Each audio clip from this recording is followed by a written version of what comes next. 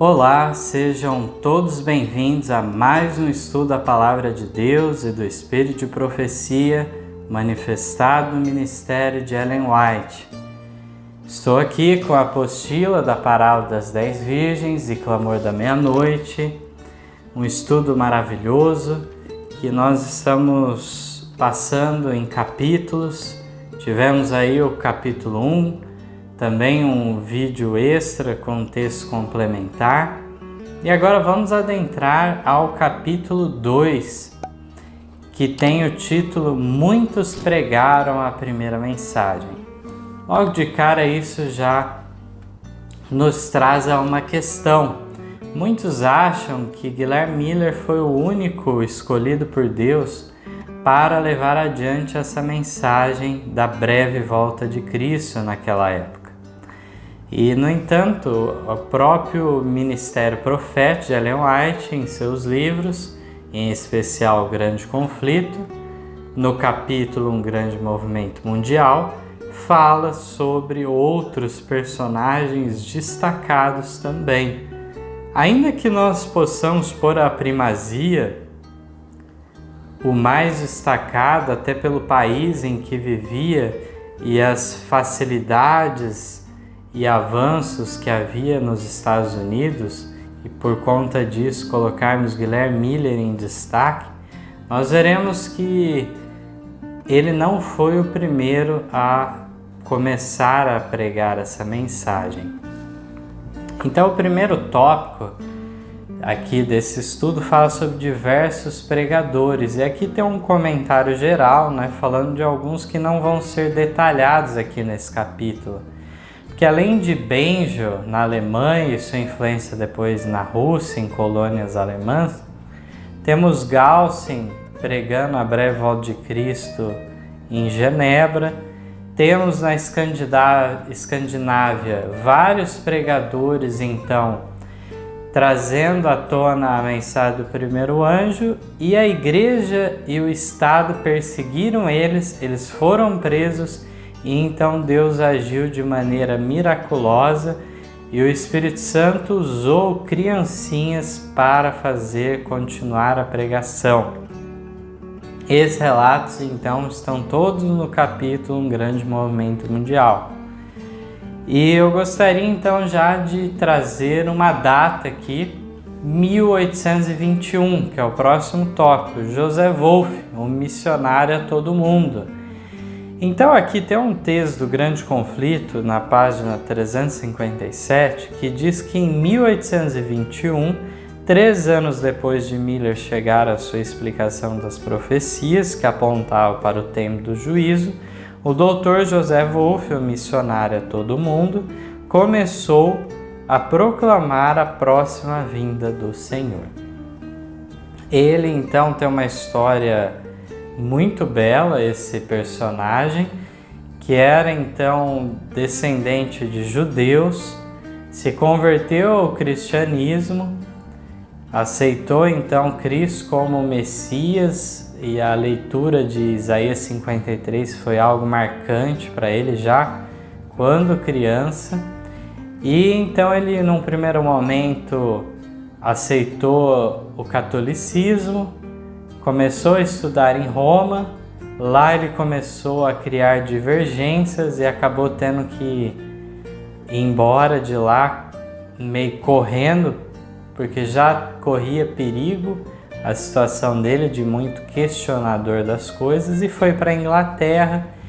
E então lá ele conheceu alguns irmãos que o apresentaram ao tema da segunda vinda de Cristo, a vinda em glória. E aí então aqui temos uma data que ele pregou em 1821. A partir disso ele pregou a próxima vinda do Senhor. E aqui o texto fala de 3 anos depois de Miller. Mas de Miller começar a pregar? Não, de Miller chegar à explicação sobre isso. Miller já em 1818 ele chega a uma conclusão sobre o tema, mas ele não prega. Na realidade, quando nós vemos 1821 para o início dessa mensagem de Wolff, vemos que ele 10 anos antes de Miller começou a pregar. Como nós vamos ver nos textos mais adiante, só em 1831 que Miller veio pregar publicamente esse tema, ainda que ele já viesse de um estudo de muitos anos sobre isso, mas tinha os seus receios de estar errado, e então ele reestudou várias vezes, assim como esperava que alguém pregasse essa mensagem no lugar dele. Então aqui diz na 359 do Grande Conflito que Wolff cria na próxima vinda do Senhor e sua interpretação dos períodos proféticos colocava o grande acontecimento em muitos poucos anos de diferença do tempo indicado por Miller. Uma ligeira diferença, mas justamente a base profética era a mesma das 2.300 tardes e manhãs, mas havia alguma divergência em relação ao ano do decreto de Artaxerxes, sendo que nos Estados Unidos chegou-se a uma conclusão mais aprofundada de ter sido no outono de 457, mas isso nós vamos ver já na fase do clamor da meia-noite, né? Aqui então, na 360 do Grande Conflito, nós estávamos na página 13 da apostila, agora estamos na página 14 já desse capítulo 2. Temos um parágrafo aqui que diz que durante 24 anos, de 1821 a 1845, Wolff viajou extensamente na África, visitando o Egito e a Etiópia, na Ásia, atravessando a Palestina, Síria, Pérsia, Uzbequistão e a Índia. Visitou também os Estados Unidos, pregando na viagem para lá na ilha de Santa Helena. Chegou a Nova York em agosto de 1837 e depois de falar naquela cidade, pregou em Filadélfia e Baltimore, dirigindo-se finalmente a Washington. Ali, diz ele, por uma proposta apresentada pelo ex-presidente John Quincy Adams, em uma das casas do Congresso, concedeu-se-me unanimemente o uso do salão do Congresso para uma conferência que eu pronunciei em um sábado, honrada com a presença de todos os congressistas e também do bispo de Virgínia e do clero e cidadãos de Washington. A mesma honra me foi conferida pelos membros do governo de Nova Jersey e Pensilvânia, em cuja presença fiz conferência sobre minhas pesquisas na Ásia e também sobre o reino pessoal de Jesus Cristo. E assim o texto continua dizendo que ele foi em meio a tribos selvagens, hostis entre judeus e árabes. Ele procurou pregar não só em relação à primeira vinda de Cristo, como criança, como servo sofredor, mas anunciando agora já a proximidade do segundo advento. Vemos que ele pregou então para várias classes, turcos, persas, hindus, judeus, árabes e assim por diante, e ele sabia falar então várias línguas e foi muito útil então na proclamação da mensagem de maneira abrangente. E vemos que até mesmo nos Estados Unidos ele esteve presente, teve a honra de pregar no Salão do Congresso, e todos esses detalhes nos colocam como José Wolff sendo sim um arauto do advento destacado. De maneira alguma nós podemos diminuir seu trabalho. Nas páginas 361, 362 ainda fala de ele ter encontrado no Iêmen filhos de Recabe que seguiam as recomendações então de não beber vinho, não plantar vinhedos, não semear e viver em tendas. Diz que ele então pregou para estes. E aqui na página 362 do Grande Conflito, na página 14 da nossa apostila, nós temos aqui um fato bem interessante. diz que outro missionário verificou existir crença semelhante na Tartária. Um sacerdote tártaro perguntou ao missionário quando Cristo viria pela segunda vez. Ao responder ao missionário que nada sabia a respeito, o sacerdote pareceu ficar grandemente surpreso com tal ignorância em quem professava ser ensinador da Bíblia e declarou sua própria crença baseada na profecia de que Cristo viria aproximadamente em 1844. Então, tal como nós já estudamos no primeiro capítulo, lá Ellen White declarou que diferentes grupos, então, de crentes, em grupos isolados de cristãos, chegaram só pelo estudo da Bíblia à crença, então, da breve volta de Cristo. E nós vemos que proximidade com o próprio Miller aqui, visto que a data que eles chegavam era por volta de 1844. Isso por conta de um sacerdote da região, então, da Tartária, e onde o missionário veio para apresentar algumas mensagens, o sacerdote tártaro, então, ficou então, digamos assim, surpreso daquele missionário não saber mais em relação a esse grandioso evento, em relação às profecias. Aqui na página 15 da apostila, também na continuação dos textos do Grande Conflito, ainda na 362, nós temos em 1826 algo interessante. Diz aqui o texto: já em 1826 a mensagem do Advento começou a ser pregada na Inglaterra. O movimento ali não tomou forma definida como na América do Norte. O tempo exato do Advento não era geralmente tão ensinado, mas proclamava-se vastamente a grande diferença da próxima vinda de Cristo em poder e glória. E isso não somente entre os dissidentes e não conformistas. Moran Brock, escritor inglês, declara que mais ou menos 700 pastores da igreja anglicana estavam empenhados na pregação deste Evangelho do Reino. Olha que abrangente foi na Inglaterra. Só da igreja anglicana já havia por volta de 700 ministros proclamando, fora os puritanos e outros ramos não conformistas que também aceitaram essa mensagem. Então, 1826, nós estamos numa data ainda anterior a Guilherme Miller. Temos também um fato curioso aqui, referente à América do Sul, que é o padre jesuíta Manuel Lacunza, arauto então já do século XVIII. E aqui o texto da 363 do Grande Conflito diz então do que ocorreu, que levantou esse livro a uma importância grande. Diz que na América do Sul, em meio de desumanidade e artimanha dos padres, Lacunza, jesuíta espanhol, teve acesso às Escrituras e recebeu assim a verdade da imediata volta de Cristo. Constrangido a fazer a advertência e desejando, contudo, escapar das censuras de Roma, publicou suas ideias sobre o pseudônimo de Rabi Ben Israel, representando-se a si mesmo como judeu converso. Lacunza viveu no século XVIII, mas foi aproximadamente em 1825 em que seu livro Encontrando Acesso em Londres foi traduzido para a língua inglesa.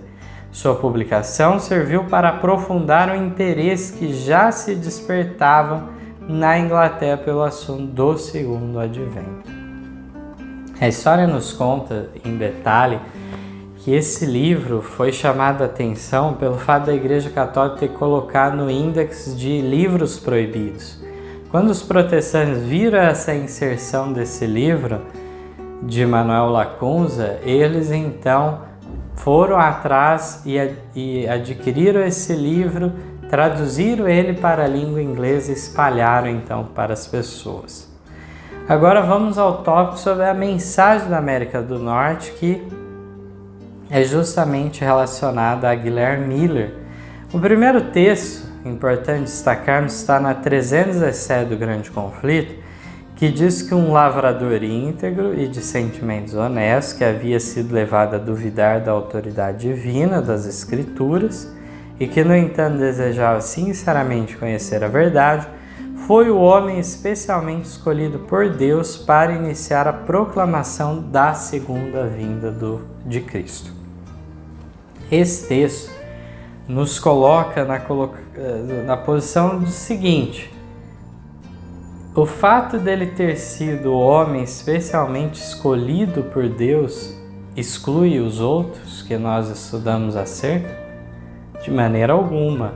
O fato dele ter recebido alguma especialidade não ignora, não exclui os outros. E agora vamos ver o que está na página 368 para ver especialmente em que localidade cumprir ele fazer o seu papel. Diz que a Guilherme Miller e seus cooperadores coube a pregação dessa advertência na América do Norte. Esse país se tornou o centro da grande obra do Advento. Foi aqui que a profecia da mensagem do primeiro anjo teve o cumprimento mais direto.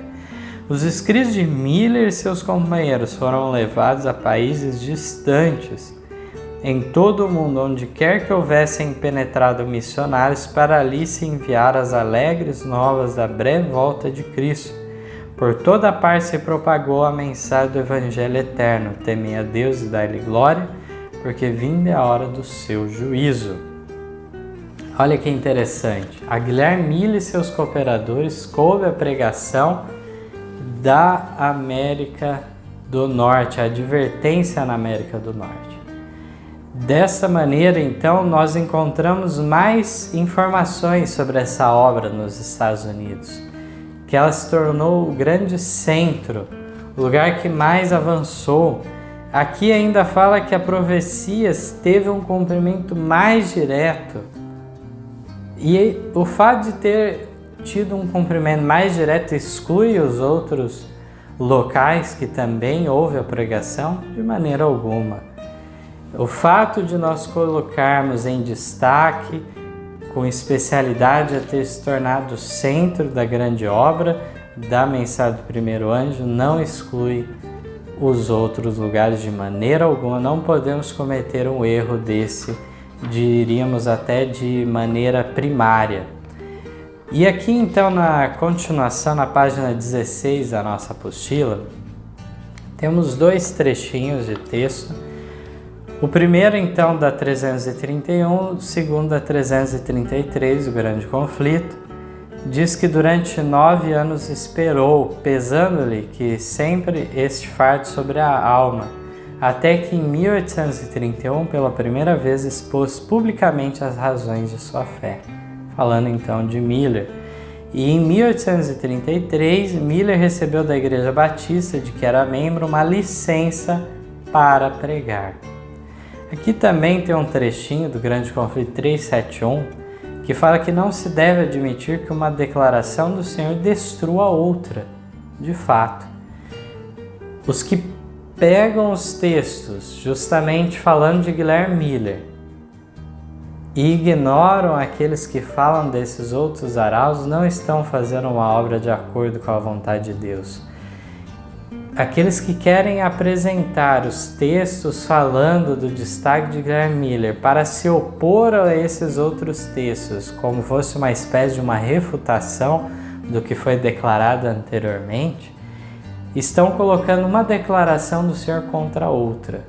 Isso nós não podemos fazer, mas sim buscar a harmonia devida e o devido lugar, o devido tempo, a devida importância de cada coisa. Aqui temos agora um resumo desses arautos na revista Southern Watchman, 24 de janeiro de 1905. Ellen White resumiu esse tema: graças aos labores de Guilherme Miller e muitos outros na América, de 700 ministros na Inglaterra, de Benz e outros na Alemanha, de Gaussen e seus seguidores na França e na Suíça, de muitos ministros na Escandinávia, de um jesuíta converso na América do Sul e do Dr. José Wolff em muitos países orientais e da África, a mensagem do Advento foi levada a vastas regiões do globo habitável. Então ela faz um apanhado geral, um resumo muito importante, que diz então desses que tomaram parte para levar ao globo a mensagem. Temos agora uma pergunta nesse próximo tópico: qual era o objetivo da mensagem do primeiro anjo? E a resposta: já fazer uma reforma. É o que Ellen White declara no Grande Conflito, página 379. Primeiro parágrafo diz que, a fim de preparar um povo para estar em pé no dia de Deus, deveria realizar-se uma grande obra de reforma. Deus viu que muitos dentre seu povo profeta não estavam edificando para a eternidade, e em sua misericórdia estava prestes a enviar uma mensagem de advertência a fim de despertá-los de seu torpor e levá-los a preparar-se para a vinda de Jesus. E aqui na continuação, Ellen White fala que essa advertência nós temos em Apocalipse 14. Esse é o texto, na realidade, da página 311. Agora sim, da 379, diz que a mensagem do primeiro anjo de Apocalipse 14, anunciando a hora do juízo de Deus e apelando para os homens a fim de o temer e adorar, estava destinada a separar o povo profeta de Deus das influências corruptoras do mundo e despertá-lo a fim de ver seu verdadeiro estado de mundanismo e apostasia. Deus enviou à igreja nesta mensagem uma advertência que, se fosse aceita, teria corrigido os males que a estavam apartando dele. Então nós vemos aqui mais uma vez Ellen White declarando em relação ao papel de fazer uma reforma naquelas igrejas. E elas, se tivessem aceito o seu ministério e tudo mais, teria surtido uma mudança e aquelas igrejas seriam usadas por Cristo na continuidade do tempo. Nós sabemos que a história não se deu assim. Na página 17, agora nós temos um outro aspecto. Uma pergunta: a que igrejas se ligavam os que aceitavam a mensagem do primeiro anjo? Nós temos um texto do História da Redenção, página 365, e também um do Grande Conflito, página 375. O texto do História da Redenção diz que os que pregaram a primeira mensagem não tinham o propósito nem a esperança de causar divisão nas igrejas, nem formar organizações separadas. Em todos os meus trabalhos, disse Miller, nunca tive o desejo ou o pensamento de criar qualquer interesse separado dos das denominações existentes ou de beneficiar uma em detrimento de outra. Pensava em beneficiar a todas, supondo que todos os cristãos se regozijassem com a perspectiva da vinda de Cristo, e que os que não viam as coisas como eu as via não haveriam de menosprezar aqueles que abraçassem essa doutrina. Não pensei em qualquer necessidade de reuniões separadas.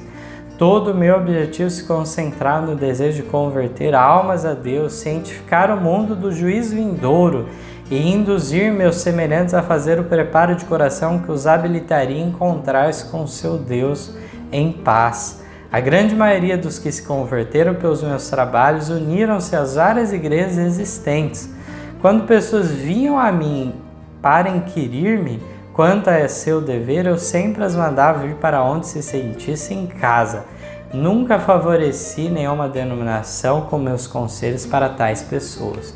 O texto seguinte do Grande Conflito basicamente traz os mesmos aspectos desse texto e mostra que aquela saída das virgens do verso 1 de Mateus 25 não faz referência a uma saída das igrejas, mas uma saída espiritual que denota uma reforma espiritual que aqueles que aceitavam essa mensagem operavam em sua vida individualmente e eles continuavam em suas igrejas. Também teve aqueles que estavam no mundo e foram convertidos pelo trabalho de Guilherme Miller.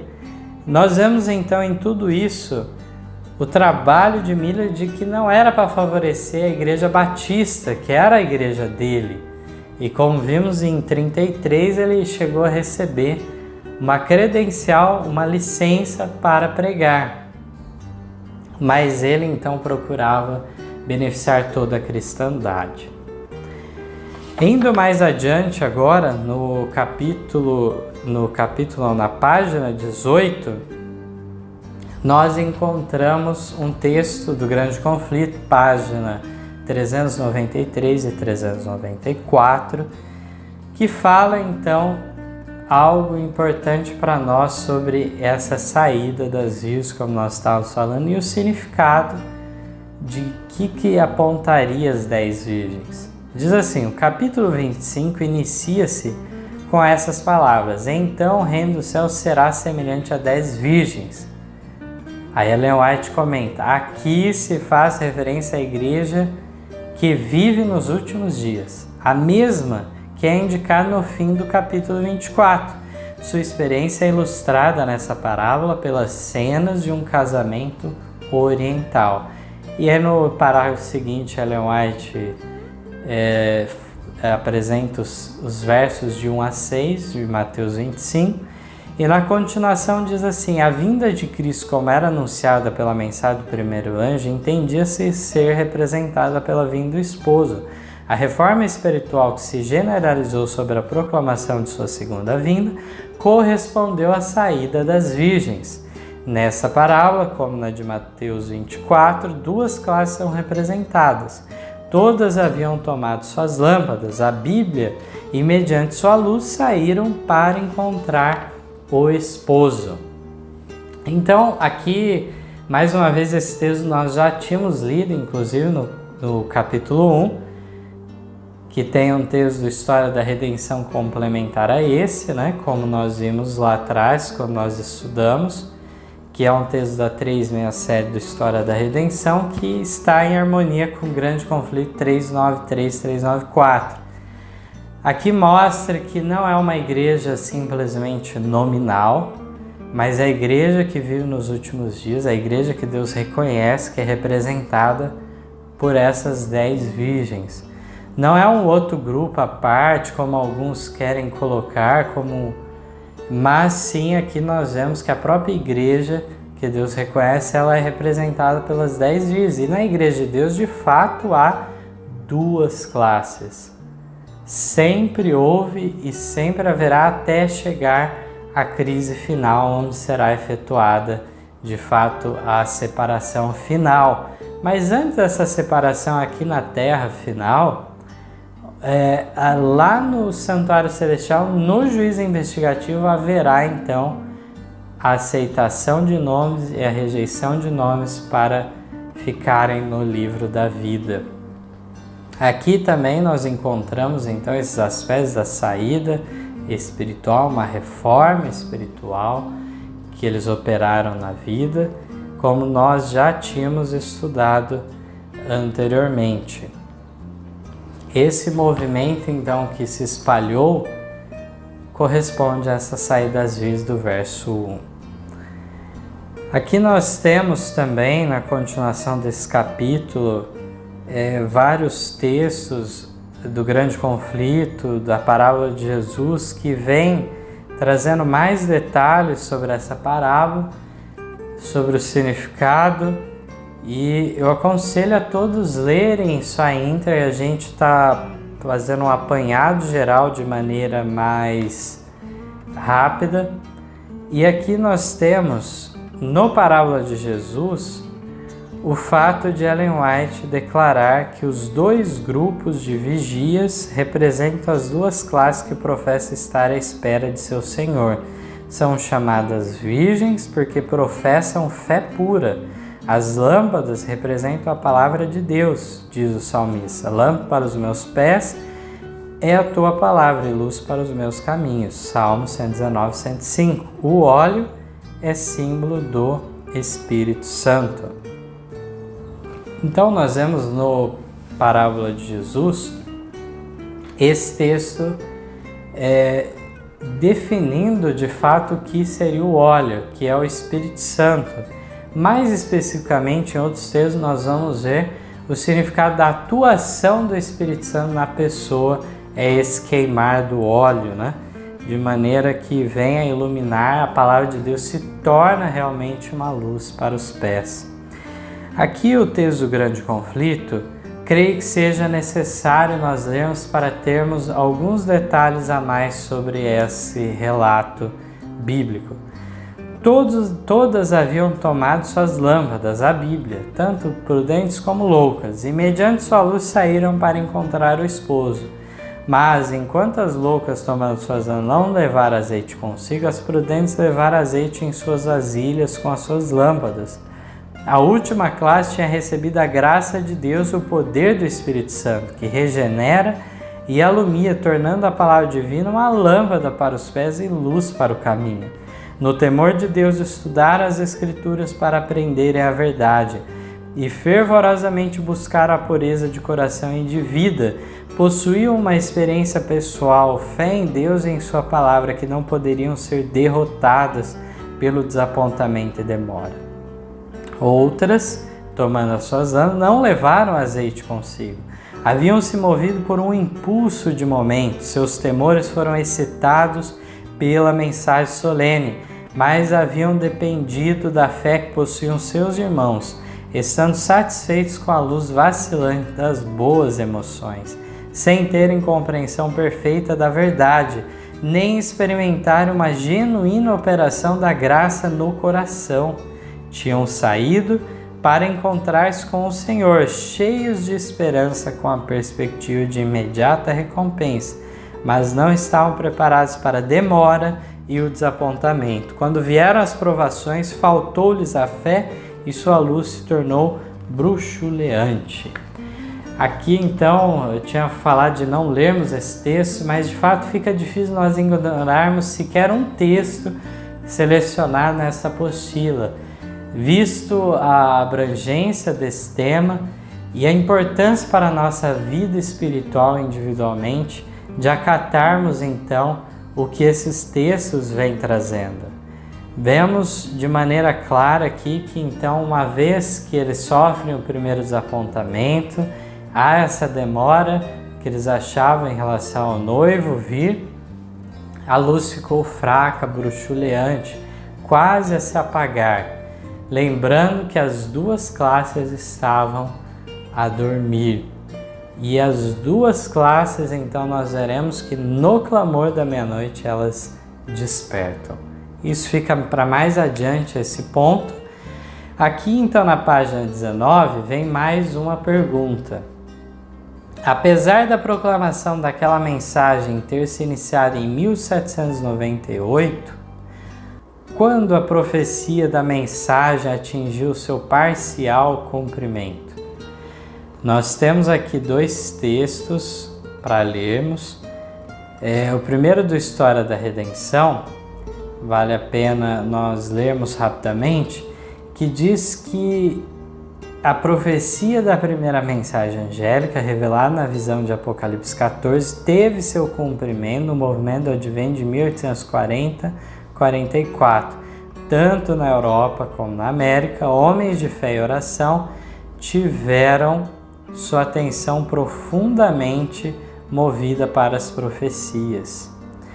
E, examinando o registro inspirado, viram convincentes evidências de que o fim de todas as coisas estavam à portas.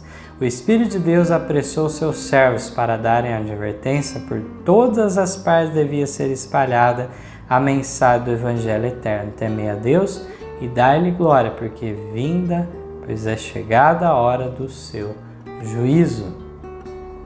Então aqui, nesse texto, vemos tanto na Europa como nos Estados Unidos, na América, todos esses pregaram a mesma mensagem: temei a Deus, dai-lhe glória, porque é chegada a hora do seu juízo. Era a mesma mensagem, não havia distinção. E coloca um cumprimento para aqueles anos finais, 1840 a 44. A mesma coisa ocorre em Grande Conflito, página 611. O do História da Redenção era 356, né? Então, no Grande Conflito, diz que o movimento adventista de 1840 a 1844 foi uma manifestação gloriosa do poder de Deus. A mensagem do primeiro anjo foi levada a todos os postos missionários do mundo e em alguns países houve o maior interesse religioso que se tem testemunhado em qualquer nação desde a reforma do século XVI. Bom, quando nós vemos esse texto declarando isso, significa então que o início da mensagem do primeiro anjo se deu em 1840? Existe uma diferença entre o início, que já foi definido lá atrás com aqueles textos, que são evidentes em colocar 1798, e o cumprimento parcial que se deu naqueles anos finais de maneira gloriosa. Ainda não se cumpriu perfeitamente, como nós bem sabemos, pois essa mensagem foi a toda tribo, língua, povo, nação, como é o propósito desta, assim como da segunda e da terceira mensagem. Nós sabemos que não, e que isso se concretizará de fato com a vinda daquele outro anjo, Apocalipse 18, que se unirá nessa obra dos três anjos. No entanto, parcialmente isso se cumpriu, foi gloriosa a mensagem, naqueles anos finais principalmente, se avolumou a mensagem por uma série de questões. Uma delas nós vamos ver na sequência. E diz que essa mensagem foi levada a todos os postos missionários do mundo. Não havia postos missionários em todo o mundo, mas havia em muitas regiões àquela altura. E então, em todo lugar que já havia postos missionários, a mensagem chegou. Vemos que esses anos finais, à medida que se aproximava a data, mais tomava força essa mensagem, mais pessoas se desprendiam dos seus trabalhos, dos seus afazeres, de maneira a levar adiante essa mensagem, se somava esforço de novas pessoas. E então outro fator também ajudou nesse alavancamento da mensagem. Aqui o tópico seguinte dessa página 19 da apostila, temos em relação à profecia de Josias Litt, a predição que ele fez baseado em Apocalipse 9, aonde ele declarou em que dia, em que mês e em que ano haveria a queda do Império Otomano. Vamos ver como isso cooperou com o avanço da mensagem. Aqui então é um texto do Grande Conflito, páginas 334 e 335. Diz assim: no ano de 1840, outro notável cumprimento de profecia despertou geral interesse. Gostaria só de fazer uma pausa aqui para dizer que Ellen White, antes, ela vinha declarando em relação a outros sinais no céu que tinham ocorrido, que é justamente o dia escuro, a lua em sangue, o grande chuva de meteoros, o grande terremoto de Lisboa e todos esses eventos que ocorreram a partir aí de 1755 com o terremoto de Lisboa.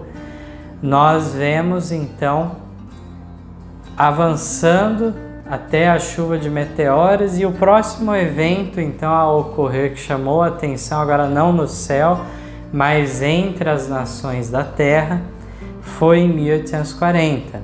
Diz que 2 anos antes, Josias Litt, que era um erudito da Bíblia, que tinha aceito a mensagem, um dos principais pastores que pregava o segundo advento, ela declara, publicou uma explicação de Apocalipse 9, predizendo a queda do Império Otomano.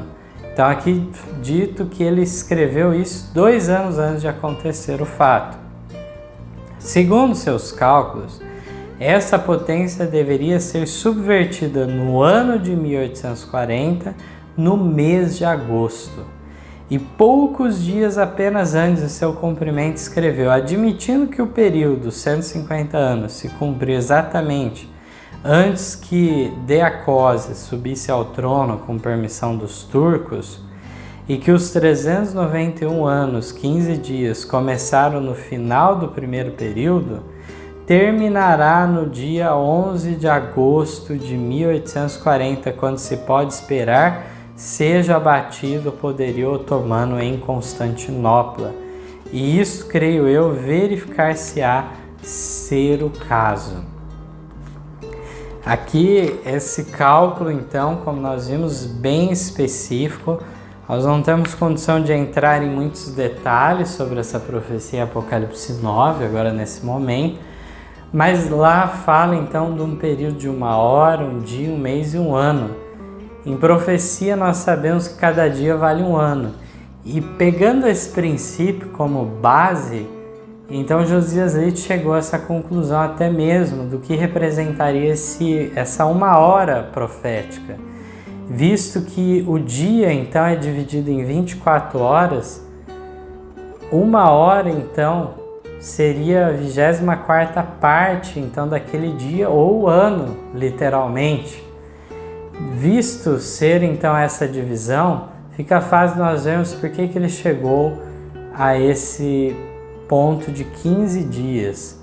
Se fosse uma divisão em 12, nós seríamos como a divisão do ano nos meses, que nós sabemos que é de 30 dias. E, no entanto, a divisão é em 24 do dia, em 24 horas, 1 hora então sendo 15 dias. Dessa maneira, ele foi somando cada parte. Sabemos que tem que ser um valor arredondado, não é um valor final, porque há variações em relação ao ano solar, mas com medidas então inteiras. Nós vemos então que um ano na profecia lá seria 360 anos, então literais.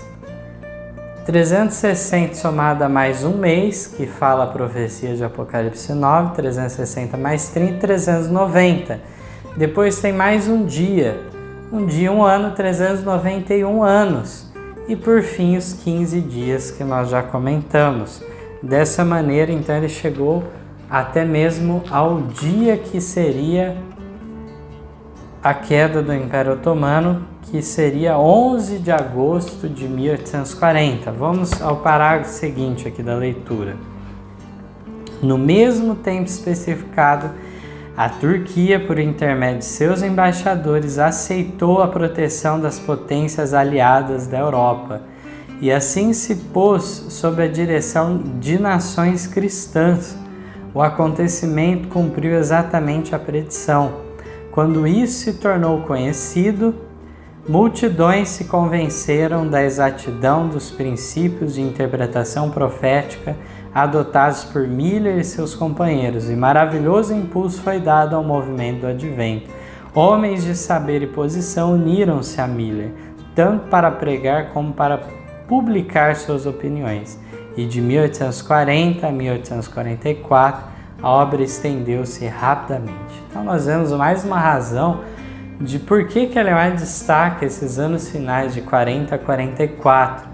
Vemos que o cumprimento, mostrando que de fato aquele princípio de um dia em profecia valer 1 ano literalmente, se cumpriu de acordo com o que era declarado pelo movimento adventista. E dessa maneira até mesmo homens de saber começaram a se unir, homens de saber e posição. Então houve muitas publicações, muitos pregadores nos Estados Unidos e em outros países, e a obra avançou com grande poder, com grande força. Gostaria de fazer ainda uma observação em relação a esse cumprimento profético, que não quer dizer que nessa data deixou de existir o Império Turco ou o Império Otomano. Ele continuou a existir até a Primeira Guerra Mundial. No entanto, aqui a profecia falava dessa supremacia do Império Turco, que tinha conquistado a sua supremacia já na conquista então de Constantinopla, e de maneira que eles submeteram então o imperador bizantino nas suas mãos. E agora a mesma coisa ocorre inversamente, das nações cristãs submeterem aquele império em suas mãos, e nessa inversão há a perda dessa supremacia otomana. Esse que é os pontos, tanto para o início como para o fim, então não o começo desse poder, nem o fim desse poder, mas o período em que exerceu supremacia, como nós vimos. Aqui então, nessa página 20 da apostila, nós temos ainda um último tópico para analisarmos, que nós chegamos então à primeira data fixada, que era na primavera de 1844. Aqui diz então, por que os adventistas fixaram a data então para 18 de abril, o fim do ano judaico de 1843. Ellen White, no Vida e Ensinos, na página 49, diz que nosso cálculo do tempo profético era tão simples e claro que mesmo as crianças o poderiam compreender. A contar da data do decreto do rei da Pérsia, como se encontra no capítulo 7 de Esdras, o qual foi baixado no ano 457 a.C., supunha-se que os 2.300 anos de Daniel 8:14 terminariam em 1843. De acordo com isso, aguardávamos a vinda do Senhor no fim desse ano. Ficamos tristemente desapontados quando passou completamente e o Salvador não veio. Então, quando nós estudamos em relação à história do que ocorreu naquela época, nós vemos que de fato Miller procurou não evidenciar uma data exata. Ele fala por volta, cerca de 1843 seria a volta de Cristo. E então, durante todo aquele ano de 43 poderia ser esperado. O tempo limite desse ano, visto que estava se computando de acordo com o calendário judaico, ele se estenderia então até a primavera já do ano 1844 nosso. Isso era o ponto de partida que eles consideravam correto, visto que eles estavam colocando o início do ano religioso judaico. Ellen White ainda fala em relação a isso no História da Redenção, página 366, que quando o ano de 1843 passou inteiramente sem ter sido marcado pelo advento de Jesus, os que pela fé haviam aguardado o seu aparecimento ficaram por algum tempo envoltos em dúvidas e perplexidades. E Grande Conflito, página 391, diz que quando se passou o tempo em que pela primeira vez se esperou a vinda do Senhor, na primavera de 1844, os que pela fé haviam aguardado seu aparecimento ficaram por algum tempo envoltos em perplexidade e dúvida. Então, nós encontramos a primeira data fixada na primavera e cada vez mais eles foram sendo mais exatos. Miller, de modo geral, falava de 21 de março. E, no entanto, outros estudaram mais a fundo o calendário judaico e chegaram até o dia e o mês de 18 de abril, que seria mais exato para o fim desse período, se fosse contar, então, o início sendo com o calendário religioso judaico. Esse tema nós vamos entrar em mais detalhes posteriormente. Veremos que, de fato, a grande descoberta que eles tiveram é que eles deveriam contar a partir já de quase o final do ano 457 para o início das 2.300 tardes e manhãs. De modo que já no outono, na última parte do ano 457, se iniciaria e se estenderia então até o outono de 1844.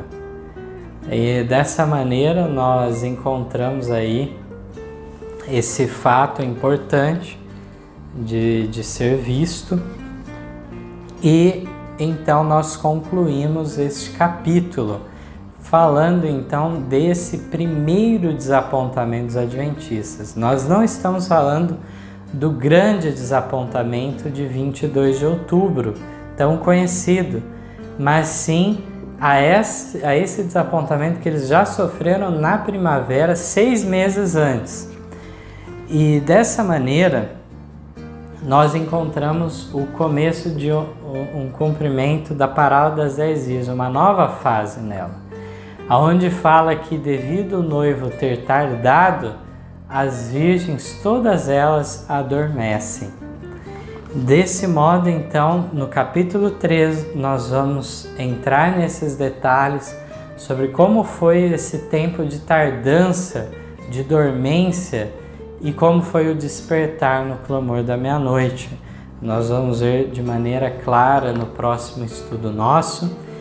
E a partir desses temas que nós vimos, entramos em vários pontos históricos importantes para nós entendermos de maneira mais ampla o cumprimento na história dessa parábola profética e desse modo entendermos os nuances, as minúcias, todos os detalhes, visto que é essa a recomendação profética. Todos os detalhes devem ser cuidadosamente estudados. Devemos estudar como nunca antes essa parábola. Que esse seja o nosso propósito e possamos ser abençoados nisso.